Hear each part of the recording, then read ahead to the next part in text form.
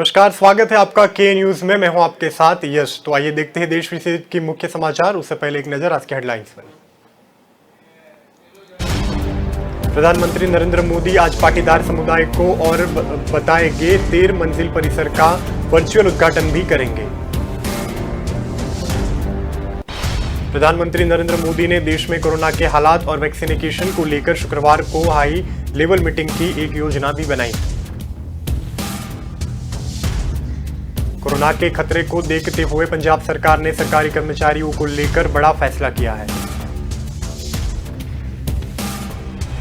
अफगानिस्तान की सत्ता में तालिबानियों के आने के बाद से महिलाओं में 9 से 11 जैसे आतंकवादी हमलों का खतरा बढ़ गया है। बसु पश्चिम बंगाल में 2 बार मुख्यमंत्री रहे हैं और वामपंथी नेता वृद्ध में भ्रष्टाचार की पत्नी मीरा भट्टाचार्य की बहन है। तो अब देखते हैं समाचार विस्तार से। वडाप्रधान नरेंद्र मोदी आज पाटीदार समुदाय की ओर से बनाए गए 13 मंजिल परिसर का वर्चुअल उद्घाटन करेंगे। यह भवन एग्जाम की तैयारी करने वाले स्टूडेंट्स को कोचिंग देने के और छात्रावास के लिए तैयार कराया गया है। तो नवनिर्मित भवन का नाम सरदार धाम रखा गया है। यह अहमदाबाद शहर में सरदार पटेल रिंग रोड के पास स्थित है। और सरदार धाम के उपाध्यक्ष जसवंत पटेल ने कहा था कि प्रधानमंत्री भवन के अलग में महिलाओं के लिए बनाए गए जाने वाले छात्रालय के भी आधारित करे जाएंगे। उन्होंने बताया है कि 200 करोड़ रुपए की लागत में बने हुए इस केंद्र में पर होने से पहले 2500 महिला एवं रह सकती हैं। और पटेल लोगों ने कहा था कि सरदार धाम का निर्माण 200 करोड़ रुपए की अनुमति लगाकर पूरा किया गया है।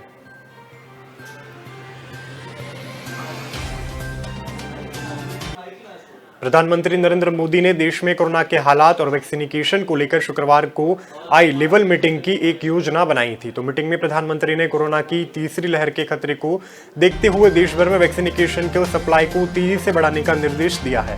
उन्होंने राज्यों के दवाइयों का बफर स्टॉक रखने की भी पूरी जानकारी दी थी। तो मोदी जी ने तस्वीर की लहर में बच्चों को असर की आशंका को देखते हुए देश भर में अस्पताल में बच्चों के लिए पर्याप्त बेड तैयार रखने के निर्देश भी दिए हैं। उन्होंने राज्यों में स्वास्थ्य सुविधाओं को बुनियादी ढांचे कर भी बनाया गया था। तो फासल की इलाज दवाइयां को तैयार भी रखने की सूचना दी गई है। प्रधानमंत्री ने कहा कि ऑक्सीजन सप्लाई बढ़ाने के लिए वैक्सीनेशन कंट्रोल ऑक्सीजन सिलेंडर और CPSP को प्लान की संख्या तेजी से बढ़ाई जाएगी। तो देश भर में 9 से 61 लिंकिंग मेडिकल स्टोरेज को टैंक और 1450 मेडिकल गैस पाइपलाइन सिस्टम लगाए जा रहे हैं। तो इस जिले में ऑक्सीजन की कम से होने के यूनिट लगाए जाने वाले टारगेट को भी बताया गया है। तो प्रधानमंत्री ने देश भर में ऑक्सीजन प्लांट में लगाने की समीक्षा भी की है। उन्होंने बताया था कि अब तक राज्यों का 1 लाख ऑक्सीजन सेंट्रल और 3 लाख ऑक्सीजन सिलेंडर भी दिया जा चुका है। तो उन्होंने बताया था कि नेटवर्क का विस्तार किया जा रहा है और काबी ब्लॉक में पर भी इस पर कार्यवाही शुरू है। तो मीटिंग में मोदी जी ने कहा था कि वायरस को न्यू म्यूटेंट पहुंचाने के लिए जीनोम सेक्टिंग का काम भी लगातार किया जा रहा है। तो अफसरों ने मोदी जी को बताया था कि देश में 433 जिलों में RT-PCR लैब बनाने के लिए केंद्र से मदद भी मिल जा रही है। तो उस मीटिंग में तेजी से उन्होंने इस बात को भी प्रस्ताव किया था।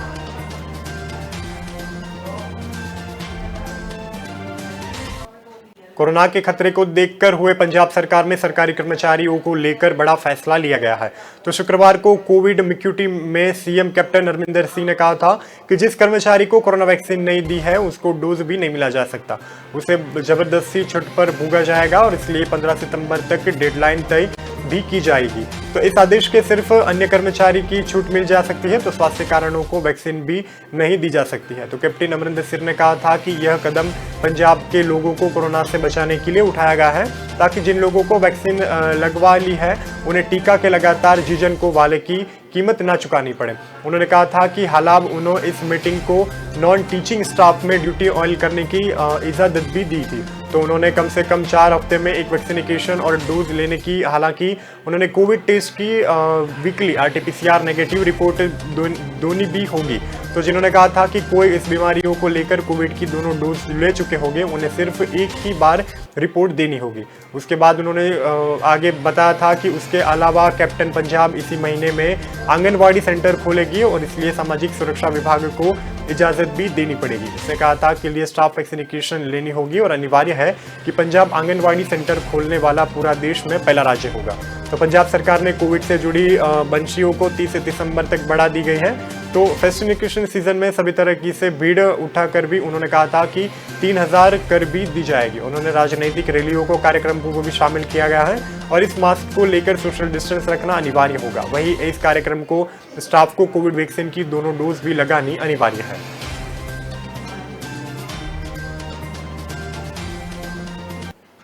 ब्रिटेन के खुफिया एसआईजी प्रमुख ने चेतावनी दी है कि अफगानिस्तान की सत्ता में तालिबान को आने के बाद से दुनिया में 9/11 जैसे आतंकवादी हमलों का खतरा बढ़ जाएगा। तो MI5 ने डायरेक्टर जनरल से कैंप मिलाकर BBC के खास बातचीत की थी। तो तालिबान के आज सबसे बड़े ज्यादा खतरा ब्रिटिश सड़क पर मंडरा रहा है, क्योंकि अब नाटो की सेना की अफगानिस्तान से ना जा चुकी है। तो मेलेकाब में मुकाबित 9/11 से लेकर 20 साल तक ब्रिटेन में आतंकवादी हमले ज्यादा बढ़े थे। तो कई इतने बढ़ाए गए थे, छोटे स्तर पर भी ऐसे हमले होने की देखी भी जा सकती है। लेकिन चाकू और बंदूक से दम पर बदशाह आतंकी गतिविधियों को अंजाम दे रहे हैं। तो मौलाना ने बताया था कि अमेरिका में आतंकवादी हमले के बाद कायदे में दहशत, अफगानिस्तान में सुकून में भी धूम मचा रहे हैं। वे बार फिर वे बड़े ही ताल्लुक के साथ कह रहे हैं कि तालिबान को अपने दावों को मुताबिक ऐसे संगठनों को भी रोकना होगा। अफगानिस्तान ने 6 पड़ोसी देश चीन, ईरान, ताजिकिस्तान, तुर्किस्तान और अफगानिस्तान और पाकिस्तान को संयुक्त बनाने का जारी भी फरमान किया है। तो अफगानिस्तान के टोलों पर न्यूज में बताया गया था कि इन देशों ने तालिबान नेताओं को एक समावेशी सरकार बनाने और ISI, अल कायदा को आतंकवादी संगठनों पर जमाने की अनुमति देने की आग्रह भी किया है।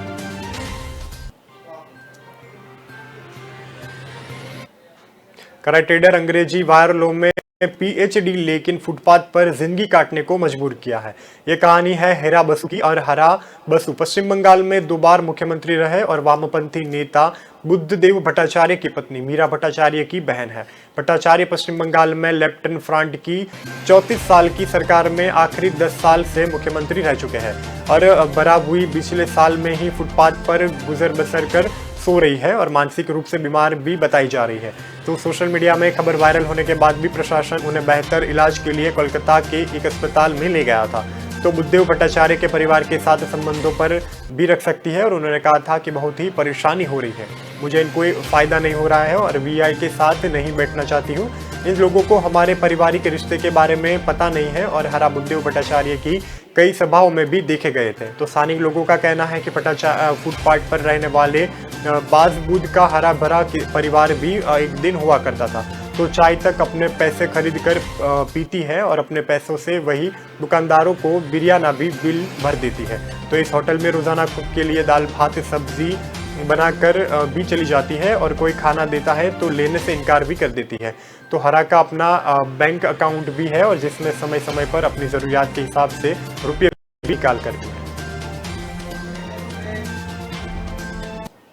फिलहाल वक्त है एक छोटे से ब्रेक का। ब्रेक के बाद फिर मिलते हैं।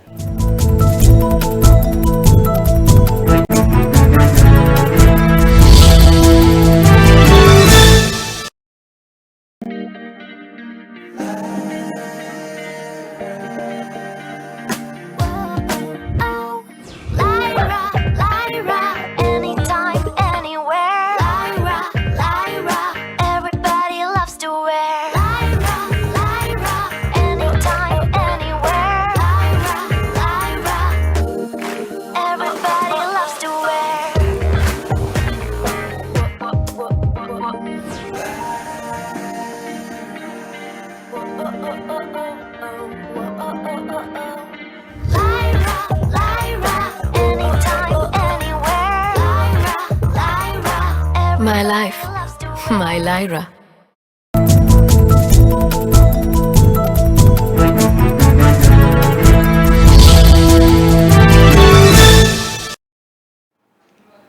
ब्रेक के बाद स्वागत है आपका। देखते हैं खबरें आगे की। अब बात करते हैं छत्तीसगढ़ की। तो छत्तीसगढ़ के मुख्यमंत्री भूपेश बघेल के पिता नंद कुमार बघेल की जमानत मिल गई। शुक्रवार शाम को उन्हें जेल से रिहा कर दिया गया था। तो रायपुर जिला अदालत में 10,000 रुपए से बॉन्ड पर उन्हें रिहा करने का आदेश भी दिया गया है। तो नंद कुमार बघेल को जालीगत मामले में टिप्पणी और मामले में 3 दिन पहले ही 14 दिन की न्यायिक हिरासत में जेल भेजा गया था।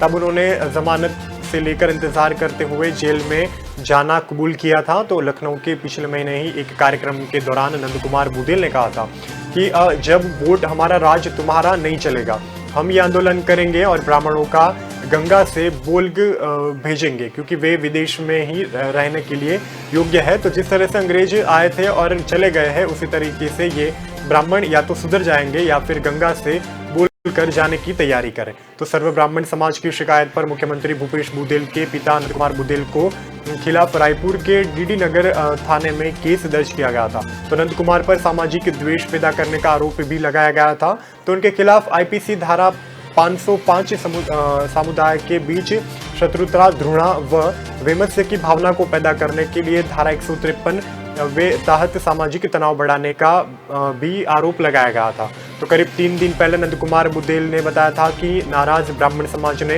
रायगढ़ में उनका पुतला भी दहन किया था। एफआईआर दर्ज करने की मांग को लेकर सिटी कोतवाली का घेराव कर दिया गया था और घंटों चल रहे इस हंगामे में पुलिस ने समाज के लोगों को शिकायत ले ली थी और कार्यवाही का भरोसा भी दिया था। तो हालांकि अब ये मामला दर्ज किया भी गया है।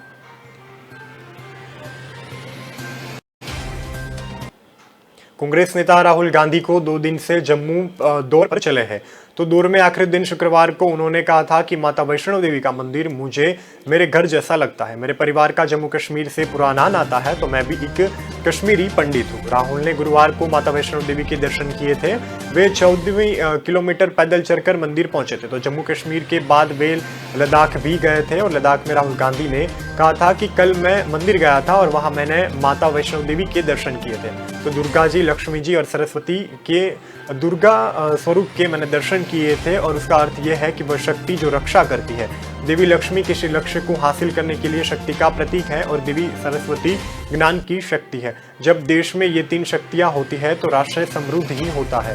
बीजेपी के नेतृत्व में वाली केंद्र सरकार के नोटबंदी और जीएसटी के समेत दूर आर्थिक फैसलों में भी देश ने लक्ष्मी जी की शक्ति को कम किया है।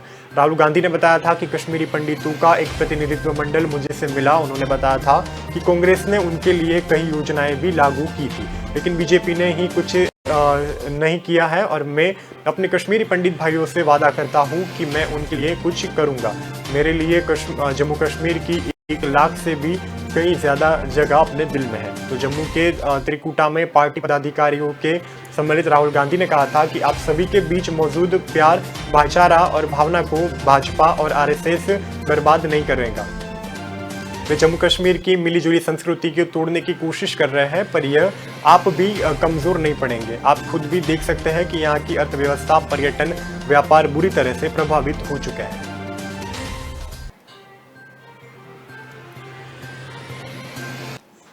भारतीय अंतरिक्ष अनुसंधान संगठन में बताया है कि चंद्रयान 2 के ऑर्बिटर पर प्लैनेट को ऑब्जर्वेशन के डिस्कवरी क्लास की खोज की है। तो इस यान पर 8 सर्टिफिकेट पेड्स भी मौजूद हैं और इस हफ्ते इसरो ने चांद से जुड़े विज्ञान के बारे में अपने वैज्ञानिक डिस्क्रिप्शन की शुरुआत भी की है। तो उसके 2 दिन पहले ही वर्चुअल एलिवेंट वर्कशॉप का आयोजन भी किया गया था, तो जिसमें चंद्रयान 2 से मिले डेटा को भी रिलीज किया गया है। तो वह वर्कशॉप ऑनलाइन मोड में चंद्रयान 2 के चंद्र की कक्षा में 2 साल पूरे करने में मौके पर आयोजित किया गया था। तो इसरो के chairman and department of space का सचिव सिवन ने भी वर्कशॉप का उद्घाटन किया है और चंद्रयान 2 के नतीजों को डेटा प्रोडक्ट के डॉक्यूमेंट्री रिलीज भी की है। तो चंद्रमा की सतह पर क्रोमियम और मैग्नीशियम पाया गया है और चंद्रयान 2 के इंट्राफ पर एक्सोप्लैनेट इसरो ने चंद्रमा की सतह पर हाइड्रेशन का और वाटर भी मौजूद पाए गए हैं। प्रमाण हटा पर दिए गए हैं और DFSR के कंट्रोल में चंद्रमा की भीतर शक्ति की जांच भी जारी की गई है। संभावना यह है कि उसके साथ एक इंस्ट्रूमेंट चंद्रमा के ध्रुवीय क्षेत्रों के फीचर की हाई रेजोल्यूशन मैपिंग भी की जा सकती है।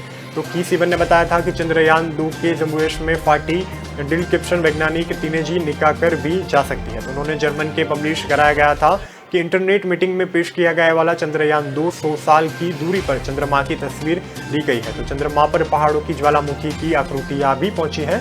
तो चंद्रयान 2 की जांच पड़ताल में भेजा गया दूसरा भारतीय एयरक्राफ्ट था और उन्होंने चंद्र में दक्षिण ध्रुवीय की जांच पड़ताल के लिए एक बार्टोरेट विक्रम नाम का एक लैंडर भी प्रज्ञान नाम का लेकर शामिल भी किया गया है और इसे 22 जुलाई 2019 श्रीहरिकोटा स्पूट से GSLV MKIIA से लॉन्च किया गया था और 20 अगस्त 2019 को यह चंद्रमा की कक्षा में प्रवेश कर गया है और यह 7 साल का चंद्रमा को एक्सप्लोर भी करेगा।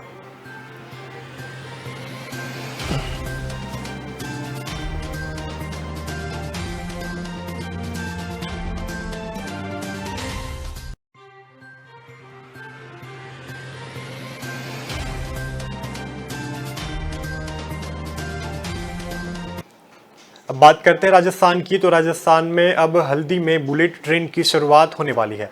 तो दिल्ली से अहमदाबाद तक चलने वाली इस ट्रेन की रफ्तार 350 किलोमीटर प्रति घंटा रहेगी। तो 875 किलोमीटर लंबी ट्रेन से करीब 657 किलोमीटर का ट्रैक प्रदेश भी 7 जिलों को अवर लेगा। तो जिसमें जयपुर, अजमेर, भीलवाड़ा, चित्तौड़गढ़, उदयपुर और ड्रांगरपुरा में गुजरेगी। तो इससे उदयपुर जिले का कुछ ट्रैक 127 किलोमीटर का होगा। तो इस प्रोजेक्ट को शुरू करने की कायम तेजी से काम भी चल रहा है। तो रिपोर्ट के आधारित जल्द ही इनकी DIR तैयार की जाएगी। जानकारी के अनुसार दिल्ली में अहमदाबाद तक बुलेट ट्रेन चलाने के लिए इस प्रोजेक्ट पर पहले से ही काम चल रहा है। तो इसी के चलते हुए national high speed rail corporation limited के अधिकारियों ने उदयपुर कलेक्टर चेतन दिवड़ा के सामने इस प्रोजेक्ट को प्रोडेशन भी किया गया था। तो प्रोजेक्शन में national high speed rail corporation limited के कार्यवाही निर्देशक अनुमान अग्रवाल और सर्वे मैनेजर राजीव दत्त ने भी नेतृत्व में दिया। अधिकारियों ने बुलेट ट्रेन की कुल 7 DCRP और Delhi Ahmedabad high speed train की DCRP तैयार करने की जानकारी भी दी थी। तो कॉरपोरेटर अधिकारियों ने बताया था कि ट्रेन के संचालन में सुरक्षा संबंधित तकनीकी कारणों में से पूरे ट्रैक एडिएशन भी बनाया जाएगा। अधिकारी ने बताया था कि इस पूरे प्रोजेक्ट के लिए हेलीकॉप्टर से पूरे ट्रैक का सर्वे भी किया जाएगा और इस सर्वे के आधार पर रिपोर्ट तैयार भी की जाएगी। प्रोजेक्ट का पूरा होने के बाद भी दिल्ली से अहमदाबाद का यह सफर 3 घंटे में ही तय हो सकता है। अधिकारियों ने बताया था कि उदयपुर जिले 1 किलोमीटर से हम दूरी की 8 टनल की भी लंबाई बनाई जाएगी। इस मामले में बताया गया थी कि अधिग्रहण का मामला कम से कम रहेगा और इस तरीके से यह ट्रैक 5 नदियों ऊपर से भी गुजरेगा।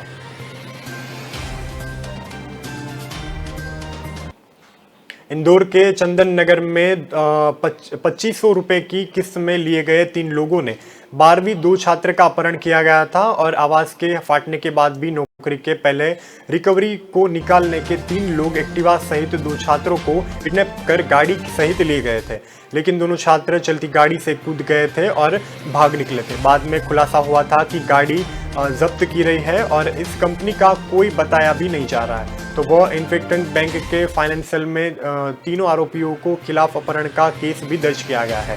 अपहरण को लेकर आरोपी ने पुलिस को सफाई दी है और कहा है कि रजिस्ट्रेशन नंबर गलत पड़ने की वजह से यह भूल हुई है। तो हालांकि मामले से गाड़ी के साथ दोनों स्टूडेंट को ले जाने वाली कहानी गले नहीं उतर रही है। तो पुलिस ने बताया था कि गाड़ी मालिक का भंजा निकाल सोनी अपने 2 दोस्तों के साथ पहुंचा था और खाने चंदन नगर गया था और वहां बचाए गए फ्रांसिस कंपनी के 3 कर्मचारी आए और तीनों दोस्तों को वहां से उठाकर ले जाने की वो लोग साजिश कर रहे थे।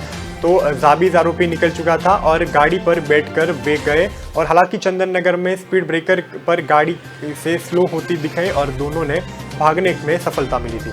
गाड़ी के कूदकर भागने पर निखल और अंदाज शहर में करोड़पति प्रॉपर्टी डीलर और प्लाईवुड व्यापारी के पुत्र थे और गाड़ी सचित सोनी के नाम पर है और जिसका थांबा निक गाड़ी पर लेकर गया था।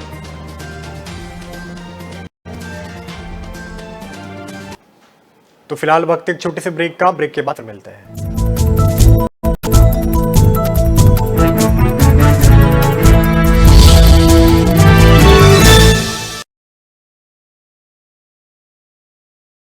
दिल का परिंदा उड़ चला, अंदाज अपना मन चला, खुद की तो सुन ले, जी भर के जी ले, रुकना ना तू अब ठहर। Lyra, Lyra, anytime, anywhere. Lyra, Lyra, everybody loves to wear. Lyra, anytime, anywhere. न ऐश का न द्वेष का, यह दंगल है देश का। सुलगती समस्याओं के झुलसते सवालों का होगा दंगल देश का। प्रशासन के प्रश्नों को लेकर होगा दंगल देश का। शिक्षा, स्वास्थ्य, समाज, कानून और व्यवस्था के आज क्या है हालात। सोमवार से शुक्रवार रोज रात 8 बजे जलपा क्षत्रिय के साथ दंगल देश का।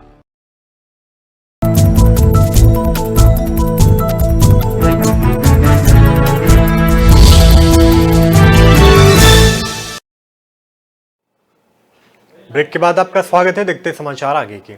तो भोपाल में अपराधी की प्रवृत्ति के युवक से टीटी नगर थाने में केड क्वार्टर खिलाने के मामले में थाना प्रभारी शैलेंद्र शर्मा को लाइन उटेज कर दिया गया है। वीडियो में टीआई बदमाशों की गैंग को सदस्य के जन्मदिन पर थाने में बर्थडे केक कटने वाली हुई देख रही है। तो बताया जा रहा है कि कुछ दिनों पहले ही टीआई टीआई की भारतीय जनता युवा मोर्चा के प्रदेश अध्यक्ष वैभव पवार से देर रात तक डीजे न बजाने को लेकर बहस हुई थी और पवार के दो दोस्त गोविंद उर्फ लक्की से जन्मदिन पर डीजे बजाया जा रहा था। तो इस पावर में टीआई ने थाने के हटाने की मांग करने हुई पुलिस अधिकारियों पर दबाव भी डाला गया था। मामला गरमाने पर दोनों पक्ष पहुंचे थे और मैनेजर करने के जुट भी गए थे। तो तीनों ने हरा की राजनीति दबाव में आकर टीआई के पावर की आपराधिक प्रवृत्ति को दोस्त गोविंद उर्फ लक्की से थाने में ही केक कटवा दी गई थी और थोड़ी देर बाद ही ये वीडियो वायरल हो गया था।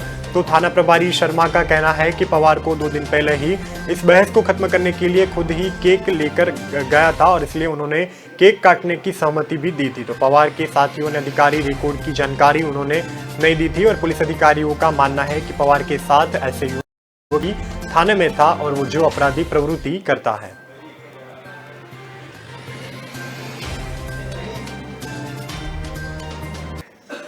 जोधपुर की एक साल बंद स्टोट सिमुलेशन प्राइवेट लिमिटेड में देश भर से जुड़ी कुछ ई मित्र संचालक ने ग्राहकों के खाते में 26 लाख रुपए पर किए दे गए थे। तो देश के 3-4 राज्यों में जुड़े 10 ई मित्र संचालकों ने गिहोर बनाकर ग्राहक से फिंगरप्रिंट के ब्लॉक बनाकर भी बड़ी संख्या में लोगों से खातों में पैसे निकाले थे। तो फिंगरप्रिंट के लेकर क्लोक बनाकर उन्हें खातों से क्लोक से जरिए आधार में मैच कराने के और पैसे निकाल रहे थे। तो इस मामले को लेकर exchange one stop circulation private limited bank को से जारी देश भर में अपने साथ इंतजार मित्र को लेकर जारिया लोगों के राशि उपलब्ध कराने का काम करते हैं। तो इससे राशि ट्रांजैक्शन के यह कंपनी जिस सॉफ्टवेयर का उपयोग करती है वह सॉफ्टवेयर की कंपनी ने खुद ही बताया था। तो यही कारण था कि सॉफ्टवेयर के जारी की गए कंपनी को पता चल गया था कि उनके जुड़े कुछ ई मित्र संचालक गिरोह बनाकर लोगों को गठने का काम भी कर रहे थे। तो सूची ये मामला कंपनी से जुड़ा था और इसलिए कंपनी के डायरेक्टर दीपक कुमार अग्रवाल ने ममता सामने आते ही शुक्रवार शाम जोधपुर में शस्त्र नगर के थान में 10 ई मित्र संचालकों को खिलाफ ठगी का मामला भी दर्ज किया था। तो जोधपुर के बेस्ट इन कंपनी ने डायरेक्टर दीपक कुमार अग्रवाल ने बताया था कि देश में हरियाणा, बिहार, उत्तर प्रदेश के कई ई मित्र इनकी कंपनी से जुड़े हुए। तो 3 प्रदेशों का 10 संचालकों से इन प्रकार का गलत काम भी किया जा सकता है।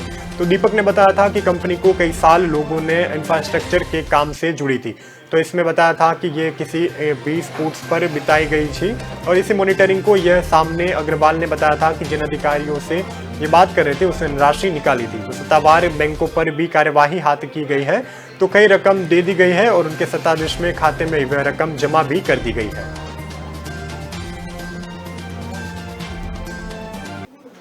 जबलपुर मेडिकल कॉलेज में 4 एबीएमसी छात्र पर शुक्रवार रात करीब 8 बजे बिहारी युवक ने चाकू से हमला कर दिया था। इस घटना में 2 युवक गंभीर रूप से घायल हुए थे और गढ़ा पुलिस ने 2 आरोपियों को हिरासत में भी लिया है। तो आरोपी भीटा बारेला के बताए जाने पर गढ़ा टीआई राकेश तिवारी ने मुलाकात पेट पुट्टी का काम करते हुए थे और बाला पेट का युवक मेडिकल कॉलेज में हॉस्टल में सामने खड़ा था। तो वहां युवती भी खड़ी थी और पिट्टी छात्र का दावा था कि युवक युवती पर कमेंट कर रहा था और इसे मना किया गया था और इस विवाद करने पर यह घटना घटी थी।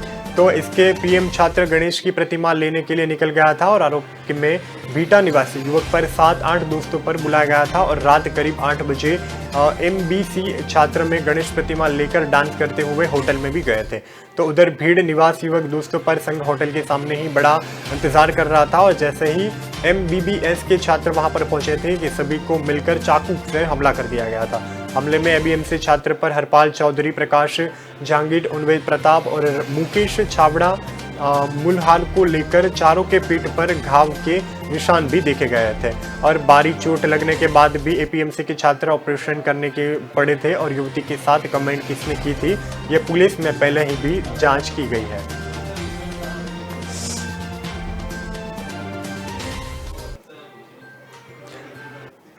अजमेर ने नीट जी कमांड परीक्षा के 3 लाख लेकर कर्जी विद्यार्थियों को बैठाकर धोखाधड़ी करने की गिरोह का खुलासा किया है। तो इस मामले में जयपुर में 17 लाख रुपए की डमी राशि लेने हुए और आरोपियों को गिरफ्तार किया और बाद में 2 आरोपियों को दिल्ली व कोटा से गिरफ्तार किया गया है। तो पुलिस ने आरोपियों को कब्जे कर में डॉक्यूमेंट समेत अन्य सामान की बरामद भी की गई है। तो इस पुलिस आरोपियों ने पूछताछ शुरू कर दी है। तो अजमेर IGPS एनकाउंटर ने बताया गया था कि इस नीट JII कॉमेट परीक्षा के कमजोर परीक्षार्थियों को जगह फर्ती परीक्षार्थियों को बैठाकर परीक्षा लाने की सूचना मिली थी। तो दावा किया जा रहा है कि एग्जाम फ्रिक्चर करवाने वाले मनाने कॉमेंट एडिक्शन भी किया गया है और मामला सामने आते ही बाद की जांच भी पवन कुमार ने की थी। इस मामले को लेकर पुलिस ने जांच शुरू की थी और कुछ मोबाइल नंबर सामने भी आए हैं। तो ये मोबाइल नंबर होलासाल निवासी अर्पित स्वामी विकास विहार और निवास जगेंद्र स्वामी उर्फ राहुल महावीर नगर 2 ब्रह्मानंद दजीची कोटा निवास मोहम्मद दनिश रजा के साथ मिले हुए थे। तो इस कॉरपोरेशन में पुराने करने लिए इस व्यक्ति की परीक्षार्थी बनाकर पुलिस टीम ने संपर्क भी किया था। तो इसके लिए ये FIR भी उन लोगों के खिलाफ दर्ज की गई थी।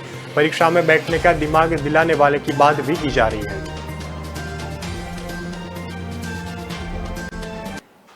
तो अब बात करते हैं दिल्ली। तो दिल्ली राजधानी में तेज बारिश की उम्मीद से बैठे लोगों का इंतजार शाम तक खत्म हो सकता है। मौसम विभाग ने ऑपरेटर अलर्ट भी जारी किया है।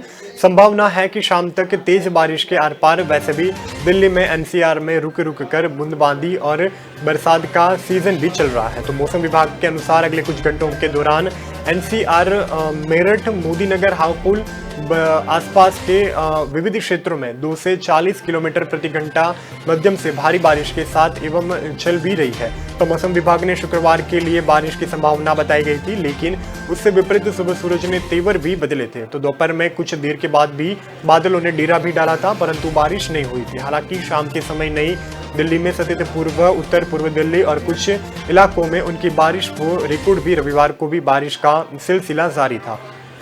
तो मौसम विभाग के मुताबिक शुक्रवार को अधिकतम तापमान सामान्य से 1 से 33.2 डिग्री, न्यूनतम सामान्य 25.1 डिग्री सेल्सियस दर्ज भी किया गया था। बीते 24 घंटे में नकी स्तर 74-75 की गणना में दिल्ली के अन्य तक केंद्रों के बार में भी पालाम के अधिकतम तापमान 32.26, लोधी पर 32.8 और विविध दिल्ली के विस्तारों में बारिश की हालांकि हवामान विभाग के द्वारा सूचना भी मिल रही है।